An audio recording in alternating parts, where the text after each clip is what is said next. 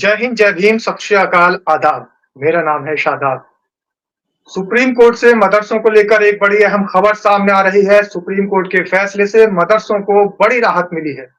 UP के लगभग 16,000 मदरसों और लगभग 17 लाख मदरसा छात्रों के लिए बड़ी राहत देने वाला ये फैसला सामने आया है, जिसको लेकर उत्तर प्रदेश की पूर्व मुख्यमंत्री बसपा सुप्रीमो मायावती ने भी आभार जताया है और सुप्रीम कोर्ट के इस फैसले का स्वागत किया है। इसी विषय पर हमारे साथ चर्चा के लिए जुड़े हैं उत्तर प्रदेश मदरसा शिक्षा बोर्ड के अध्यक्ष डॉक्टर इफ्तिखार जावेद साहब और इस मदरसा एक्ट की बारीकी समझने के लिए राजकुमार एडवोकेट हमारे साथ जुड़े हैं। आइए सबसे पहले डॉक्टर इफ्तिखार जावेद साहब से जानते हैं कि आखिर ये एक्ट क्या है और कैसे मदरसों की जीत बताई जा रही है सुप्रीम कोर्ट के इस फैसले को लेकर। किसी राठौर साहब ने रीट दाखिल कर रखी थी, उसके एवज में जो है लगातार बहस 15 दिन तक चली और 15 दिन के बाद 22 मार्च को माननीय हाई कोर्ट ने ये फैसला दे दिया कि एक्ट ही जो है असंवैधानिक है। अचरज भरा फैसला था, सभी को लगा कि कोई एक्ट में कमियां हो तो बतावे, समझ में आता है, लेकिन असेंबली द्वारा पारित एक्ट को एक झटके में असंवैधानिक करार देना कुछ समझ में नहीं आया किसी को कि ऐसे इस तरह से कैसे फैसले हो सकते हैं कि असेंबली अगर कोई एक्ट बनाती है तो उस एक्ट में कमियों के बारे में या सुझाव तो दिया जा सकता है, लेकिन पूरे एक्ट को ही असंवैधानिक करार दे दिया जाए, ये समझ से परे था। फिर हम लोगों ने सुप्रीम कोर्ट का रुख किया और कुछ एसोसिएशन के लोग भी थे, मदरसा बोर्ड की तरफ से भी एक वहां पे सुप्रीम कोर्ट में रिट दाखिल की गई कि भाई इस फैसला ठीक नहीं है। तो 5 अप्रैल को सुप्रीम कोर्ट ने कहा, उस पर स्टे लगा दिया कि इस पर रोक लगाई जाती है, इस तरह के फैसले ठीक नहीं है। और फिर सुनवाई चली 7 महीने तक के बाद जो है माननीय सुप्रीम कोर्ट ने फैसला दिया है कि हाई कोर्ट ने जो फैसला सुनाया था कि एक्ट दुरुस्त नहीं है, तो एक्ट दुरुस्त है। उसके तहत 20 साल से मदरसे चल रहे हैं और उसी एक्ट के अंतर्गत हमारी 2016 की नियमावली बनी हुई है, तो नियमावली भी काम कर रही है। अचानक एक झटके में बिना उसमें किसी संशोधन वगैरह के मशवरे के उसको असंवैधानिक करार देने से मदरसों के टीचर्स या मदरसों के बच्चों में एक कौतूहल का विषय बना हुआ था कि इस तरह का फैसला आया है, हमारा क्या भविष्य होगा। लेकिन आज माननीय सुप्रीम कोर्ट ने फैसला दे करके एकदम सबकी बोलती बंद कर दी है और बड़ा फैसला है। तो मदरसे जो बैकफुट पे आ गए थे हाई कोर्ट के फैसले के बाद, अब फिर पहले की तरह वो मदरसे जिस तरीके से काम करते हैं फिर करना शुरू करेंगे या कर रहे हैं। अध्यक्ष जी, ये भी कहा जा रहा था कि जैसे 17 लाख मदरसा छात्रों के भविष्य पर तलवार लटकी हुई थी और लगभग 16 से 17,000 मदरसे हैं उत्तर प्रदेश के अंदर जिनको इंतजार था इस फैसले का।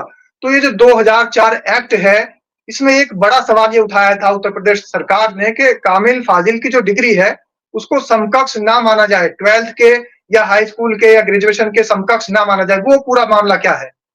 नहीं, ये ठीक बात है। दरअसल कोई बोर्ड, जो भी बोर्ड होता है, चाहे हमारा सीबीएसई बोर्ड हो, आईसीएसई बोर्ड हो, यूपी बोर्ड हो, संस्कृत बोर्ड हो, तो कोई भी बोर्ड सर्टिफिकेट कोर्स कराती है, हाई स्कूल, इंटरमीडिएट। हमारे यहाँ मुंशी मौलवी है या कामिल है, इस तरह की चीजें हैं। मैं भी चेयरमैन बात, मुझे बड़ा अटपटा सा लगा कि कामिल फाजिल जो है 3 साल का ग्रेजुएशन, इसीलिए हमारे यहाँ जो सेक्रेटरी या निरीक्षक जो है उनको रजिस्ट्रार कहते हैं, मदरसा बोर्ड के रजिस्ट्रार। अब बोर्ड में रजिस्ट्रार तो ये शायद कहीं नहीं सुनने को मिलेगा, लेकिन यहाँ पे रजिस्ट्रार हैं, वो यूनिवर्सिटी के रजिस्ट्रार के समतुल्य बन करके कामिल और फाजिल की डिग्रियां दी जा रही थी, जो कि मदरसों में तो काम में आ रही थी, लेकिन मदरसों के बाहर किसी यूनिवर्सिटी वगैरह में उसका कोई जो है वजूद नहीं था।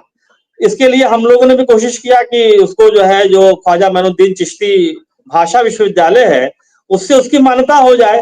तो उसकी फाइलें भी हैं, हमने भी पत्र वगैरह लिखा, लेकिन सब वही ऑफिसों के चक्कर काट रही है फाइल। तो इस पे अगर अब सुप्रीम कोर्ट ने फैसला दिया है तो सरकार को इस पे जो है कदम बढ़ाते हुए इसको कामिल और फाजिल को अगर यूनिवर्सिटी से एफिलिएशन करा लेती है तो बच्चों के भविष्य के लिए भी अच्छा होगा और मदरसा बोर्ड के लिए बेहतर होगा। मदरसा बोर्ड अपना मुंशी मौलवी और आलिम की परीक्षाएं कराए और जो जो, जो बोर्ड का काम है सर्टिफिकेट कोर्स नहीं है। और डॉक्टर साहब, कोई ऐसा प्रावधान नहीं है कि कामिल फाजिल की जो डिग्री है वो समकक्ष मानी जाए 12th के और हाई स्कूल के, जो जैसे अलीम, माहिर, कामिल, फाजिल। मुंशी मौलवी 10th के इक्विवेलेंट है, जिसे सेकेंडरी भी कहते हैं, और आलिम जो है वो 12th के इक्विवेलेंट है, जिसे सीनियर सेकेंडरी भी कहते हैं। तो यहां तक तो ठीक है, लेकिन कामिल जो है ना, बाकायदा उसको बीए के बराबर, मतलब ग्रेजुएशन के बराबर मानते हैं। और फाजिल को पोस्ट ग्रेजुएशन के बराबर मानते हैं। बगैर 3 साल का कोर्स चलता है, 2 साल का कोर्स चलता है एमए के बराबर, लेकिन उन डिग्रियों को लेकर के सिवाय मदरसे के उन बच्चों को कहीं कोई दाखिला या कहीं कोई नौकरी में कोई उसकी वैल्यू नहीं होती है। तो ये गलत चल रहा था। अगर माननीय सुप्रीम कोर्ट ने कहा तो सरकार इस पे संज्ञान लेकर के इसको किसी यूनिवर्सिटी से अगर फिर से करा लेती है तो उनके बच्चों के लिए बड़ा बेहतर होगा। लेकिन सर मैं यहाँ पर बिल्कुल एकदम साफ तौर से जाहिर करना चाहूंगा और साफ शब्दों में कहना चाहूंगा, डॉक्टर साहब जैसे कामिल, फाजिल, आलिम इन डिग्रियों को समकक्ष बताया गया और राज्य सरकार की तरफ से ये भी आपत्ति जताई गई कि कहीं ऐसा ना हो भविष्य में इस तरीके से ये जो मदरसे के बच्चे हैं जो कि आलिम और फाजिल हैं, ये इनको नौकरियां ना मिल जाएं। ये कहां तक आप इसको क्या मानते हैं? नहीं नहीं, उनको तो एडमिशन हो रहा है बाकायदा। मुंशी मौलवी के बच्चे या आलिम के बच्चों का तो बाकायदा यूनिवर्सिटियों में एडमिशन होता है, वो फिर ग्रेजुएशन करते हैं, पोस्ट ग्रेजुएशन करते हैं, मेडिकल में जाते हैं, इंजीनियरिंग में जाते हैं, सब बच्चे जाते हैं, ऐसा नहीं है। हमारे कोप्से से ही मानता है, कोप्से के आप वेबसाइट पर देखेंगे तो मदरसा बोर्ड के जो सर्टिफिकेट कोर्स हैं 10th 12th के मुंशी मौलवी कामिल, ये सारे कोप्से से भी मंजूर हैं। तो ऐसा नहीं है, बच्चे तो हर जगह जा रहे हैं। चीजें इंटरमीडिएट तक कोई दिक्कत नहीं है। जो कामिल और फाजिल है जिसे ग्रेजुएशन समझ लिया गया है, पोस्ट ग्रेजुएशन समझ लिया गया है, उसके एडमिशन कहीं नहीं हो रहे थे। वो सिवाय मदरसे के बाहर की दुनिया में उनका कोई वजूद नहीं था। जी। तो ये तो एक अच्छा कदम हो सकता था सरकार का, जैसा आप बता रहे हैं खुद से ही कि उनके एडमिशन कहीं नहीं हो पा रहे थे और वो सिर्फ मदरसे में ही पढ़ रहे थे, तो फिर सरकार ने बहुत जो रोक दिन लगाने से, की बात कही थी, तो हाँ, कहीं न कहीं सही थी। बहुत बहुत दिन से इसके लिए काम हो रहा है। इवन लोग बताते हैं कि भाषा विश्वविद्यालय का जो निर्माण हुआ वो इसीलिए हुआ कि इस तरह के कामिल फाजिल जो है वहां से चलाया जाए। तो भाषा विश्वविद्यालय तो बन गया, वहां से दूसरे कोर्सेज चल रहे हैं, लेकिन जो मदरसा बोर्ड के तहत जो कामिल फाजिल थे उनका एफिलिएशन आज तक नहीं हुआ। वो फाइलें किसी अधिकारी स्तर पे रुकी हुई हैं और सारा कंप्लीट है। अगर सुप्रीम कोर्ट ने जी। फैसला दिया है तो सरकार इस पे निश्चित रूप से विचार करके इसको यूनिवर्सिटी अगर फिर से करा लेती है तो कामिल फाजिल जो बच्चे पढ़ रहे हैं उनका मुस्तकबिल बेहतर हो जाएगा। जी। तो हमारे साथ बहुत सारी बातें साफ तौर से सामने खुल के आई हैं। अध्यक्ष जी ने बिल्कुल साफ कर दिया कि जो हाई स्कूल और इंटरमीडिएट के समकक्ष जो कक्षाएँ चल रही थी मदरसे में, वो बिल्कुल एकदम उनकी जो आगे की शिक्षा है, वो यूनिवर्सिटीज़ एडमिशन भी ले रही है। लेकिन जो फाजिल और कामिल है, यानी बिल्कुल। ग्रेजुएशन के जो समकक्ष हैं, उसी में दिक्कत आ रही थी। हाँ उसी को लेकर विवाद हाँ, चल क्योंकि रहा था। तो सर हाँ, क्योंकि जी, अजीब सा लग रहा था कि कोई बोर्ड जो है, कोई भी बोर्ड, वो यूनिवर्सिटी की डिग्री कैसे दे रहा है। लेकिन अब एक जी, चला आ रहा था पहले से, हमने भी एक सीमा तक उस पे जो है जद्दोजहद किया, लेकिन कामयाबी कोई खास नहीं मिली। लेकिन हमारे लेटर्स, हमारे पत्र वगैरह सब जो है शासन स्तर पे है। और अगर वो जी। माननीय सुप्रीम कोर्ट ने कहा है, सरकार थोड़ा उस पर दिलचस्पी लेकर के उसको कराए तो काफी बड़ा काम हो सकता है। अच्छा रहेगा। यानी राहत तो मिल गई है मदरसों को और जो 16,000 मदरसे हैं उनको राहत मिली है सुप्रीम कोर्ट की तरफ से और इनका कहना है जो डॉक्टर जावेद साहब हमारे साथ जुड़े हुए हैं, ये कह रहे हैं कि आगे भी अगर इसमें सुधार किया जाए और इसको बिल्कुल एकदम डीपली लिया जाए तो ऐसे मदरसे के जो बच्चे हैं 17 लाख मदरसे के बच्चों के जीवन में जो आगे भी शिक्षा है वो जारी रख सकते हैं, उनको लाभ मिल सकता है। इन सब बारीकियों के बिल्कुल। लिए जानने के लिए हमारे साथ एडवोकेट राजकुमार भी यहाँ पर जुड़े हैं, फिर आएँगे जावेद साहब के पास। राजकुमार जी, बसपा सुप्रीमो उत्तर प्रदेश की पूर्व मुख्यमंत्री बहन मायावती का भी ट्वीट सामने आया है। सोशल मीडिया साइट एक्स पर उन्होंने भी ट्वीट किया है और सुप्रीम कोर्ट के फैसले का स्वागत किया है। स्वागत के साथ-साथ आभार भी जताया है। क्या कहेंगे आप?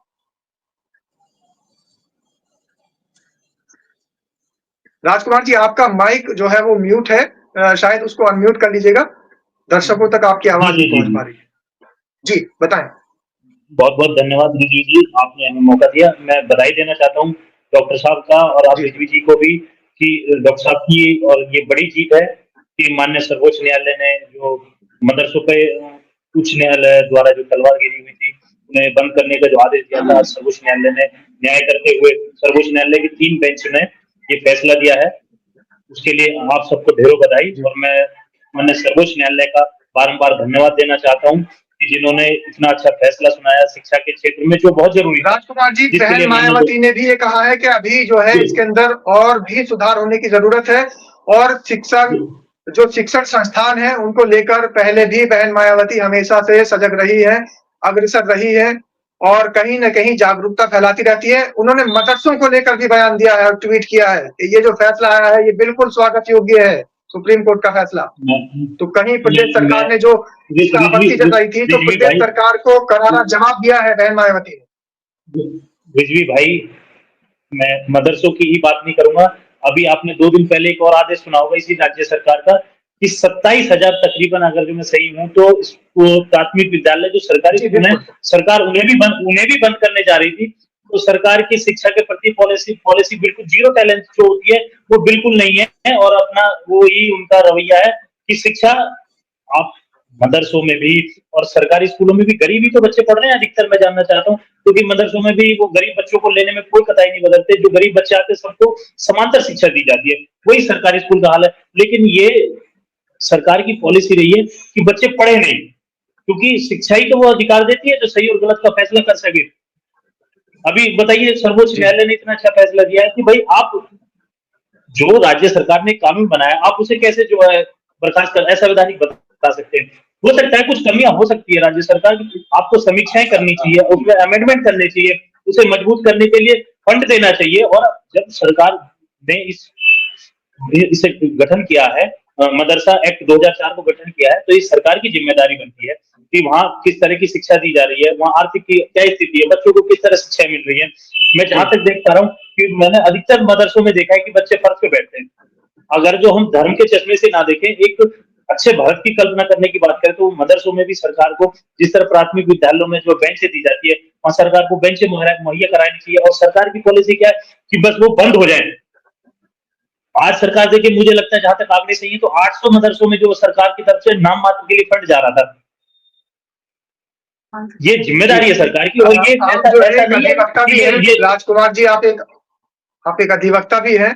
तो ये जो एक्ट है 2004 से ये एक्ट चला आ रहा था, ये लड़ाई चल रही थी, ये विवाद चल रहा था, इसमें बड़ी जीत बताई जा रही है और बसपा सुप्रीमो बहन मायावती ने इसमें अपना ट्वीट करके आभार व्यक्त किया है और साथ ही ये भी कहा है कि जो मदरसों की स्थिति है, अगर ये सुप्रीम कोर्ट का फैसला आया है तो सुनिश्चित हो जाएगी। अब जो है उनकी सुनिश्चितता जो बरकरार रहेगी। उन पर जो तलवार लटकी हुई थी, अधर में थे और वो ये सोच रहे थे कि आखिर हमारा भविष्य क्या होगा, तो उनको यहाँ पर एक बहुत बड़ी राहत देने वाली खबर सामने आई है। रिजवी जी, मैं सर्वोच्च न्यायालय का बारंबार धन्यवाद देता हूं कि जो उन्हें बंद करने पे तलवार लटकी हुई थी कि उन बच्चों को स्कूलों में ट्रांसफर कर दे, कम से कम वो तो रुक गए। लेकिन अभी भी माननीय सर्वोच्च न्यायालय को सरकारों को भी आदेश करना चाहिए कि इनको आर्थिक फंड देने चाहिए।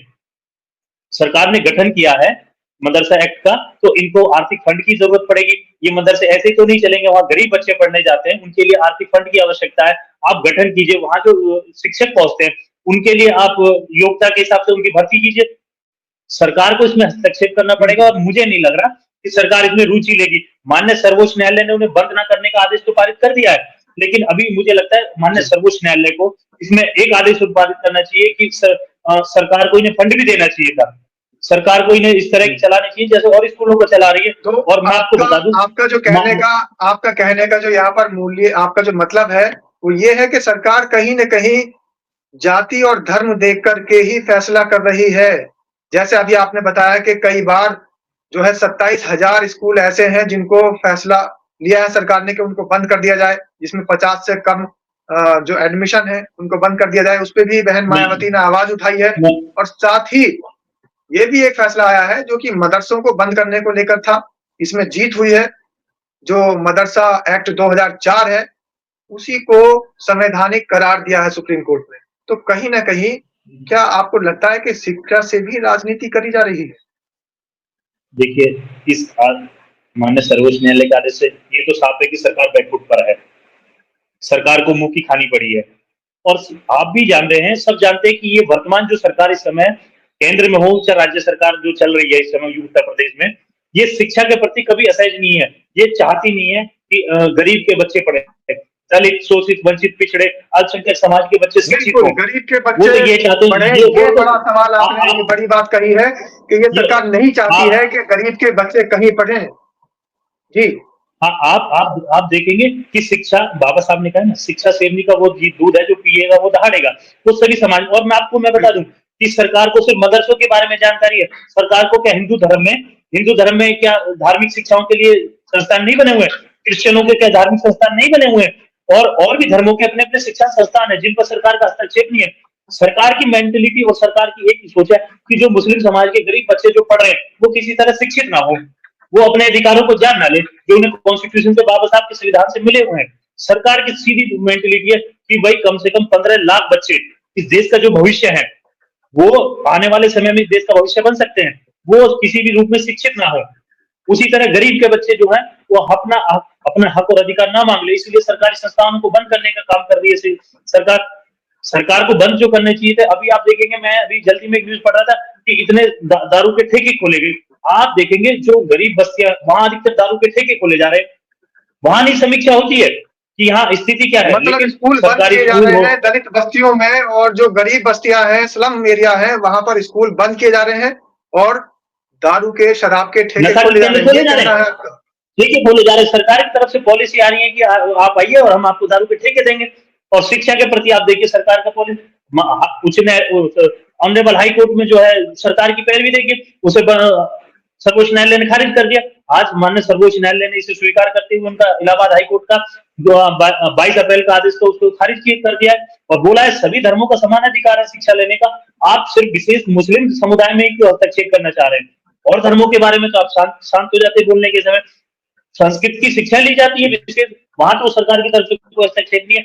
और मैं दावे के साथ कह रहा हूँ वहां आर्थिक फंड भी दिया जाता है, वहां सारी शक्तियां दी जाती है कि आप पढ़िए, हम आपको पीछे से मुहैया करा रहे हैं। वर्तमान सरकार की ये पॉलिसी है। बहन कुमारी मायावती जी ने, आप भी देखेंगे, चाहे मदरसा हो, सरकारी शिक्षा हो और भी कोई प्राइवेट संस्थान हो, बहन कुमारी मायावती जी ने उन्हें बढ़ाने का काम किया है। धर्म से ऊपर उठकर राजनीति बहन कुमारी मायावती जी करती रही है और सभी सरकारी संस्थानों को, चाहे मुस्लिम समाज,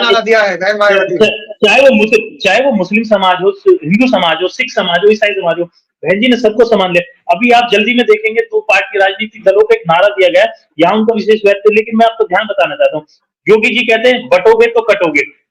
आप एक मुख्यमंत्री होकर इस तरह की भाषा का प्रयोग कर रहे हैं। उधर अखिलेश जी कह रहे हैं कि क्या नाम है, जुड़ोगे तो जीतोगे। बहन कुमारी मायावती जी कह रही नहीं, आप लोग शिक्षित होइए और बीएसपी से जुड़िए और अपना विकास करिए। इस तरह की नहीं आप इधर जोड़ो इधर काटो, इधर जोड़ो इधर काटो, नहीं। यहाँ धर्म से ऊपर उठकर राजनीति, क्योंकि आप एक संवैधानिक पद पे हैं, आप एक संवैधानिक पद पे जहां आपको एक चश्मे से सभी धर्मों के लोगों को देखना चाहिए। और ये मैं दुर्भाग्य देता हूँ, हाई कोर्ट ने जो निर्णय दिया था आज उन्हें भी मुंह की खानी पड़ी है कि सर्वोच्च न्यायालय ने आपके आदेश को पलटने का काम किया। आपने इतने बच्चों का जीवन अंधकार में धकेलने का काम किया था। आप एक सरकार के इशारे पे काम कर रहे हैं। आज सर्वोच्च न्यायालय ने दूध का दूध पानी का पानी कर दिया कि सरकार द्वारा बनाया हुआ कानून था, आप इसे असंवैधानिक किस आधार पर करार दे रहे हैं? और भी धर्म है, उनके अपने अपने सामाजिक सारे शैक्षिक संस्थान है, वहां तो किसी का कोई हस्तक्षेप नहीं है। संस्कृत के लिए ये जो मंदिरों में जो पुजारी बनते हैं उनके लिए अपनी अपनी संस्थाएं अलग से खुली हुई है, वहां वो लोग पाठ करते हैं, पूजा करते हैं, उन्हें शिक्षा दी जाती है इसी तरह की।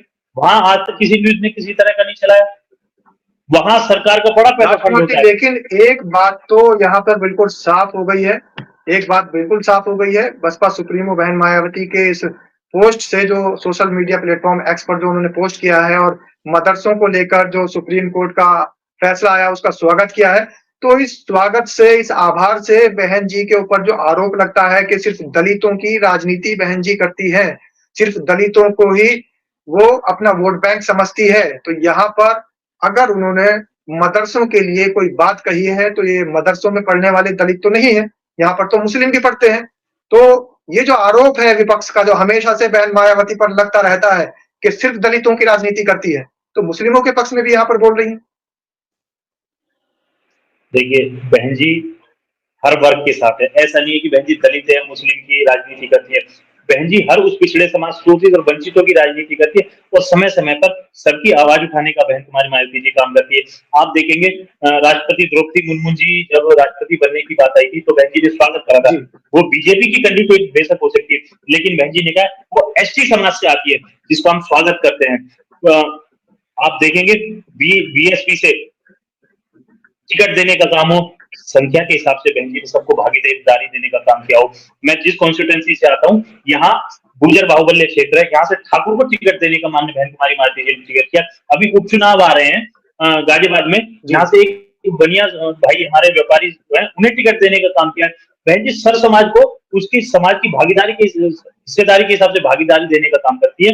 और बहन जी का तो नारा है सर्वजन हिताय सर्वजन सुखाय, कोई जाति धर्म की। आप रिजवी जी आप देखेंगे बहन जी के अपने कार्यकाल में जी। आप सिंगल वन बहन जी की कहीं किसी धार्मिक मंदिरों में फोटो दिखा दीजिए, बहन जी की किसी भी मस्जिद के अंदर फोटो दिखा दो, बहन जी स्वयं एक बौद्धिस्ट कल्चर को मानती है, बहन जी का कहीं बौद्ध मंदिर में कहीं प्रांगण में कोई फोटो बहन जी का दिखा दीजिए, बहन जी का फोटो आप देखेंगे कभी भी पुराने फोटो चलेंगे, सरकारी स्कूलों में बहन जी का फोटो देखेंगे, तो बहन जी का फोटो कहीं अधिकारियों को काम के लिए अवगत और कराते हुए वैसे भी फोटो देखेंगे। राजकुमार जी किसी बहन जी प्रदेश के एक अच्छे पद पर या मुखिया होना किसी एक धर्म के लिए काम करना नहीं सही नहीं है।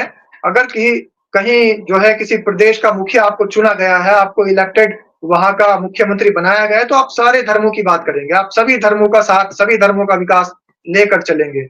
किसी एक धर्म को टारगेट करना या फिर किसी एक धर्म की अच्छे से जाकर जो है तारीफ करना या उसमें विकास कार्य उनके बाहुल जो धर्म के बाहुल क्षेत्र हैं, उनमें विकास कार्य ज़्यादा करना, ये सब अच्छी राजनीति का कहीं भी संकेत नहीं है। अगर आपको जनता ने ये चुना है, ये तो जनता सर्वोपरि होनी चाहिए, धर्म सर्वोपरि नहीं होना चाहिए। बिल्कुल रिजवी जी, ये बिल्कुल सत्य बात है कि जो मुख्यमंत्री का संवैधानिक पद है, वो धर्म से ऊपर उठकर पद है। ये जाति धर्म को नहीं देखता, आपको सर समाज ने आज चुन के यहाँ भेजा है। ये नहीं है कि आपको सिर्फ हिंदुओं ने चुन के भेजा है। आप ये देखिए ये कितना अच्छा कॉन्स्टिट्यूशन है, आप भगवे कपड़े पहन के आपको स्वागत हो रहा है। सभी लोग ऐसा नहीं है कि मुस्लिम कॉन्स्टिट्यूंसी में आपको वोटें नहीं मिली, मुस्लिम समाज भी आपको दिल से स्वागत करना चाहता है, लेकिन आपकी जो बदले की भावनाएं रहती है, आप हमेशा इस तरह का हमला करते हैं किसी एक समाज पर कि बटोगे तो कटोगे, ये मुख्यमंत्री को शोभा नहीं देता है। आप इस तरह की भाषा बयानबाजी करते हैं कि जो आपको बिल्कुल शोभ नहीं, क्योंकि आप उस पद पर हैं जहां सिर्फ एक ही चश्मा होता है। कानून के द्वारा भी एक मूर्ति बनाई गई है जो किसी भी धर्म को नहीं देखती। आप भी उसी पद पर, आप मुख्यमंत्री रहते हुए आपको किसी एक को नहीं देखना है, किसी धर्म को नहीं देखना। और हमारे माननीय मुख्यमंत्री जी तो वर्तमान समय में बिल्कुल। एक धर्म की राजनीति एक करके ये दिखाना चाह रहे हैं। और सबसे बड़ा मैं कहना जी, चाह रहा हूँ आपके चैनल के माध्यम से, इसी तरह अगर जो इनका ये व्यवहार रहा, अगर जो ये सरकार इसी तरह लगातार बनी रही, तो मैं ये कहने से गुरेज नहीं करूंगा कि उत्तर प्रदेश में हिंदू मुस्लिम बड़े स्तर से एक न एक दिन दोबारा जरूर होने जा रहा होगा। अगर जो इसी तरह की राजनीति ये करते रहे, बटोगे तो कटोगे, क्या युवाओं को क्या मैसेज देना चाह रहे हैं? किस तरह की राजनीति आप करना चाह रहे हैं इस परिप्रेक्ष्य में? आज भारतीय जनता पार्टी के अभी वो पीछे मामला हुआ, वहां पर मस्जिद के ऊपर चढ़ के उनका झंडा उतारने का काम कर रहे हैं। कौन सा सौंदर्य भाव बढ़ाने की बात कर रहे हैं? मुस्लिम भाइयों के अपने वो है, अपने कल्चर है, जिस तरह हिंदू भाइयों के अपने कल्चर है। आप अपना मनाइए, हम मनाइए। आप बताइए, कोई भी यात्रा निकाल रहे हैं तो आप वहां मस्जिद के बाहर जाके इस तरह की नारेबाजी कर रहे हैं, ये शोभनीय नहीं है। और सरकार को इस पर हस्तक्षेप करना चाहिए था, इस तरह के रोक लगानी चाहिए और लेकिन हिंदू धर्म के हस्तक्षेप बारे कहाँ में हो वो रहा है? कटाक्ष करना आप चाहिए। देख रहे हैं हस्तक्षेप कहाँ हो रहा है? हस्तक्षेप वहाँ हो रहा है जहाँ पर दलित मलिन बस्तियों में जो स्कूल हैं, जहाँ पर शिक्षा बिल्कुल चरमराई हुई है और अब चिन्हित करके ऐसे स्कूलों को बंद करने की एक साजिश उसको कह लीजिएगा वो चल रही है। साथ ही मदरसों को लेकर बहुत बड़ी एक साजिश चल रही थी, जिसे हाई कोर्ट में भी फैसला आ चुका था। एक जीत बताई जा रही थी कि मदरसों को बंद कर दिया जाएगा, लेकिन माननीय सुप्रीम कोर्ट ने आज उसको संवैधानिक करार दिया है। साथ ही राजकुमार जी एक बात और बहन मायावती ने यहाँ पर स्पष्ट रूप से कही है, उन्होंने कहा है कि स्कूलों में किसी धर्म के विशेष के, किसी समुदाय विशेष के बच्चे ही नहीं पढ़ने जाते हैं, बल्कि वहाँ पर हर धर्म, हर समुदाय के, हर जाति, हर वहाँ पर संप्रदाय के बच्चे पढ़ने के लिए जाते हैं। किसी एक धर्म का बच्चा वहाँ पढ़ने नहीं जाता है, वो शिक्षा का मंदिर है। बिल्कुल सही बात है, चाहे वो मदरसा हो, चाहे आपका सरकारी संस्थान हो। और मैं तो कहता हूँ हिंदू समाज के चाहे गुरुकुल हो, वहाँ सभी समाज के बच्चे पढ़ते हैं। वहाँ इस तरह का चश्मा माननीय मुख्यमंत्री जी या इस समय वर्तमान में सरकार चली है, उन्हें नहीं देखना चाहिए था। और मैं तो ये कह रहा हूँ, उन्हें स्वयं चैलेंज करना चाहिए था सुप्रीम कोर्ट में कि इस तरह के मेरे कुछ मित्र हैं जो पिछले अप्रैल में जो हाईकोर्ट का आदेश आया था, उसमें मिठाई बांट रहे थे। आज सरकार को मिठाई आज बांटनी चाहिए थी सच्चाई में कि ठीक है, ये सरकार ये आदेश आया है, हमें इसका स्वागत करना चाहिए। मुस्लिम भाई भी तो हमारे, कहीं बाहर से कोई मुस्लिम थोड़ी, इस देश की मिट्टी में सभी समाज का लहू मिला हुआ है। यहाँ सभी लोगों ने आजादी के लिए अपना खून दिया हुआ है। तो यहाँ इस तरह की राजनीति एक मुख्यमंत्री को शोभा नहीं देती है। मुख्यमंत्री के किसी कार्यकर्ता को, किसी नेता को आज नहीं, किसी को कोई बीजेपी का कार्यकर्ता बाहर आकर इस तरह की बयानबाजी कर रहा है कि ये ऑनरेबल सुप्रीम कोर्ट ने जो ये ऑर्डर दिया है इसका हम स्वागत करते हैं। और बीजेपी के बड़े लीडरों को तो इसका स्वागत करके मीटिंग बुला के जो है मदरसों की स्थिति का जायजा लेना चाहिए कि वहाँ क्या स्थिति है। अब सर्वोच्च न्यायालय ने ऑर्डर दे दिया है, तो अब उसकी पालन तो करना पड़ेगा। वहां उन्हें सुचारू रूप से चलाने पड़ेंगे। अब तो वो बंद करने के लिए है नहीं, और इससे ऊपर वो अपील कर ही नहीं सकते। सर्वोच्च न्यायालय देखिए, से आप ऊपर भी तो अभी ऊपर बता रहे सरकार थे ऊपर जाएगी कि तब तो। शिक्षा वो शेरनी का दूध है, जो पिएगा वो दहाड़ेगा, बाबा साहेब अम्बेडकर ने कहा था। और बसपा सुप्रीमो मायावती हमेशा से शिक्षा को लेकर जो है वो तत्पर रही है, शिक्षा के क्षेत्र में कार्य करती रही है।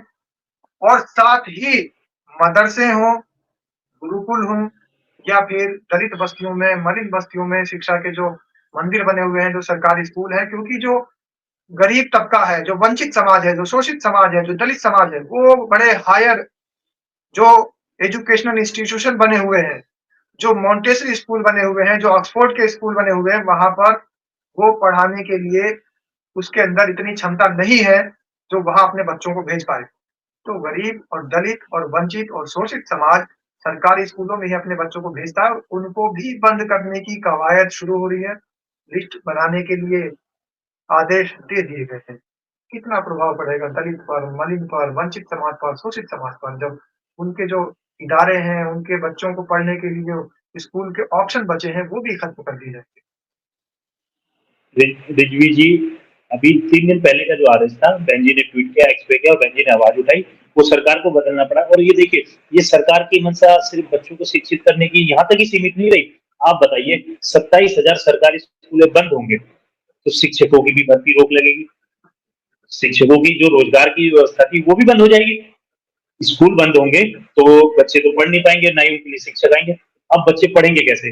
आप भी देखेंगे, आपने बड़ी अच्छी बात की, ऑक्सफोर्ड आज एक स्कूल की फीस 27 पर मंथ हो रही है। गरीब के बच्चे तो वहां पहुंच ही नहीं पाएंगे। वहां कौन बच्चे पढ़ेंगे? अमीरों के बच्चे पढ़ेंगे। मैं ये नहीं कह रहा कि अपर कास्ट में बहुत भी गरीब लोग हैं, जिनके बच्चे भी सरकारी स्कूलों में जाते हैं। सरकार की पॉलिसी बिल्कुल। सिर्फ दलित आंख जो बंद है, करके शोषित शिक्षा जो को है, या बकवास वंचित करने की। समाज जो है, वो सिर्फ शेड्यूल कास्ट में ही नहीं है, या वो पिछड़े वर्ग में ही नहीं है, हाँ, वो अपर कास्ट में भी अपर बहुत कास्ट सारे में भी जो गरीब ऐसे भाई लोग हमारे, हैं, जो कि वंचित समाज से आते हैं। बिल्कुल, बहुत ऐसे प्रकाश के भाई हैं जो गरीब है, जिनके बच्चे जो सरकारी स्कूलों में शिक्षा ले रहे हैं। और मैं बताना चाहता हूँ, मदरसे हमारी स्वयं की शिक्षा है वहाँ, ये तो जबरदस्ती तो मदरसे में बच्चे को भेजा नहीं जाता। आपकी शिक्षा है, आप कहाँ शिक्षा लेनी है। ऐसा नहीं है मुस्लिम बच्चे हमारे स्कूलों में नहीं जा रहे हैं, अच्छे टॉप स्कूलों में पढ़ रहे हैं। ये तो स्वेच्छा से हम जो अपने धार्मिक शिक्षा लेके मदरसे में जा रहे हैं। और अभी डॉक्टर साहब ने बताया कि हमारे मदरसों की भी शिक्षा इंटर आपने और अभी हाई स्कूल भारतीय और जनता पार्टी पर निशाना साधा था, और ये कहा था कि प्रदेश में भारतीय जनता पार्टी के जो कार्यकर्ता है, वो मदरसे के जो पक्ष में फैसला आया है, उससे अभी कोई प्रतिक्रिया नहीं जाहिर कर रहे हैं। लेकिन बता दूं कि भारतीय जनता पार्टी के नेता डॉक्टर जो बने हैं, इंजीनियर बने हैं, पॉलिटिकल लीडर बने हैं, यहाँ तक कि आपके जो इस समय रक्षा मंत्री हैं, राजनाथ सिंह, वो भी मदरसे से ही शिक्षा ग्रहण करके आए हैं। निर्मला सीतारमण बताइए। और मुख्तार अब्बास नकवी, निर्मला सीतारमण जेएनयू से पढ़ी और मुख्तार अब्बास नकवी मदरसे से पढ़कर आए हैं। तो ऐसे शैक्षणिक संस्थान बहुत सारे हैं, जहाँ से भारतीय जनता पार्टी में लोग मंत्री बने हैं, लोग नेता बने हैं, उनकी राजनीति आज चमक रही है। और इन्हीं को अगर बंद कर दिया जाएगा, तो आने वाले भविष्य में आखिर ये शिक्षा कहाँ पहुँचेगी, अगर शिक्षा में भी राजनीति होगी। रिजवी जी, ये सरकार आने वाली जनरेशन को गूंगी और बहरी पैदा करना चाह रही है। ये चाहती है, क्योंकि आप सब लोग जानते हैं कि शिक्षा तर्क पैदा करती है, शिक्षा सवाल पैदा करती है। जो सरकार चाहती नहीं कि सवाल पैदा हो, हमसे सवाल हो, यही तो चाहती है। अभी आपने बताया, अब मैं देखिए, मदरसे के बाद आपने निर्मला सीतारमण जी का नाम लिया, वो जेएनयू से भी आगे जाकर उन्होंने जेएनयू में शिक्षा ली। वो जेएनयू को जिन्हें इन्होंने बदनाम करने की सबसे बड़ी साजिश रची। आपने जहां से शिक्षा ली, जिस संस्थान ने आपको आज इस सर्वोच्च पद पर पहुंचाने में आपकी मदद की, इन्होंने उसके खिलाफ भी षड्यंत्र रचा। तो आप जान लेंगे कि ये लोग किसी के सगे नहीं है। ये सिर्फ और सिर्फ अपने भला जानना चाह रहे हैं, सिर्फ सत्ता में किस तरह काबिज रहे, किस तरह हम सत्ता में बैठे रहे, चाहे हमें किसी का भी कोई भी बुरा करना पड़ जाए। आप देखेंगे, क्या नाम है, जितने आज मंत्री और ये बड़े बड़े पदों पे भारतीय जनता पार्टी में लोग बैठे हैं, इनके बच्चे कहाँ जाते हैं? किसी भी आप जुलूस जो निकलता है, चाहे वो किसी भी हिंदू धर्म का संगठन, उसमें जुलूस में कभी शामिल नहीं होते। उन्हें पता है कि जुलूस में उन्हें क्या कराना है, कहाँ मुस्लिम बस्तियों में उन्हें हमला कराना है, हिंदू मुस्लिम कहाँ करनी है। जुलूस में कभी ये बीजेपी के बड़े लीडर कभी शामिल नहीं होते। और आप देखेंगे, बीजेपी के बड़े लीडर ये बिल्कुल अभी क्या बात जो करते है हैं सब सोशल मीडिया पर बड़ा वायरल हो रहा है कि गरीब के बच्चे जो हैं वो झंडा लगाने में लगे हुए हैं और अमीरों के बच्चे राजनीतिक जो पॉलिटिकल लीडर्स हैं उनके बच्चे चेयरमैन, बीसीसीआई के और सचिव और न जाने कितने बड़े-बड़े पदों पर आसीन हो रहे हैं। मैं यही तो बताना चाह रहा हूँ। आप बीजेपी के बड़े लीडर इवन 2-3 लीडरों के इर्द-गिर्द बीजेपी की राजनीति घूमती है, चाहे हमारे देश के वज़ीर आज़म हो, माननीय प्रधानमंत्री जी मोदी जी और अमित शाह जी और अगर जो राज्य में देखें तो योगी जी, ये कभी भी इस तरह की भाषा का प्रयोग नहीं करते हैं। सबका साथ, सबका विकास और हम मुस्लिमों को भी साथ लेके चलेंगे और इनके जो लीडर हैं जिनसे ये बुलवाते हैं, इनके मुँह की आवाज़ वो छोटे नेता बिल्कुल पूरा हो चुका है और हमें बातचीत को यहीं पर विराम देना पड़ेगा, लेकिन सबसे बड़ा सवाल ये है कि अगर जी मैं 1 मिनट बात खत्म कर देता हूँ अपनी और ये अपने छोटे नेताओं से तभी संविधान को समाप्त करने की बात करेंगे, मुस्लिमों पर हमला कराने की बात करेंगे। इनके नेता जो इनके इशारे पर ही बोलते हैं। और मैं चलिए ये तो चर्चाएं बहुत लंबी है लेकिन मैं आप लोगों को पुनः बधाई देता हूँ कि आप लोगों के संघर्ष की जीत हुई, डॉक्टर साहब के संघर्ष की जीत हुई और समस्त मुस्लिम समाज के भाइयों को ढेरों बधाई और उन गरीब लोगों को भी बधाई जिनके सरकारी स्कूल जो बंद होने जा रहे थे। बहन कुमारी महाराज जी की ट्वीट से वो आदेश वापस लिया। बहुत-बहुत खुशी का मामला है। अपनी आस्था रखता है। बहुत बड़ा जो है सुप्रीम कोर्ट के फैसले से एक खुशी का माहौल है उन लोगों में जो शिक्षा को लेकर अपनी आस्था रखता है और बाबा साहेब अम्बेडकर के संविधान की जीत इसको बताया जा रहा है। इसी तरीके की चर्चाओं में हम आपके साथ जुड़ते रहेंगे, तब तक दीजिए हमें इजाजत।